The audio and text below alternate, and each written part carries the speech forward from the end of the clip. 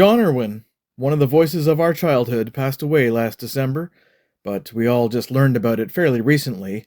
He was 88 years old, and John was most famously known as the original voice of He-Man slash Prince Adam, also Beastman, Ram-Man, Webstor, Whiplash, and others. On He-Man and the Masters of the Universe, the Filmation animated series, which was a phenomenal hit, starting back in 1983, and the show really helped the brand become an instant hit, and the toys sold through the roof in the mid-80s.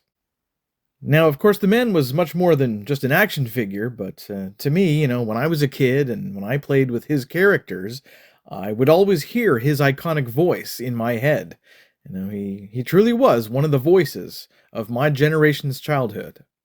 When I got to meet Alan Oppenheimer, the voice of Skeletor in Cringer, Battlecat, Merman, Man-at-Arms, etc., back in 2014 at the 80s Toy Expo near Toronto, he actually mentioned in his Q&A panel that he had tried to convince John to come out to these conventions and meet all the fans, but he says that was never really John's bag. It was never really his cup of tea.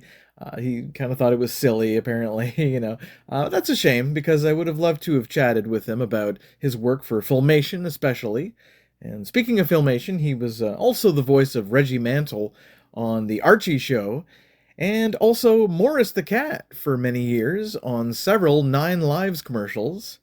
And apparently he was also the sports radio announcer in Back to the Future 2 when young Biff met old Biff, and old Biff was trying to convince his younger self that the almanac was true and everything. So I got to rewatch that scene and listen to John's voice in that scene again. So that's really cool. And of course, his first big role on TV was in a live-action Western. It was called Rawhide, and he played a character named Teddy opposite Clint Eastwood.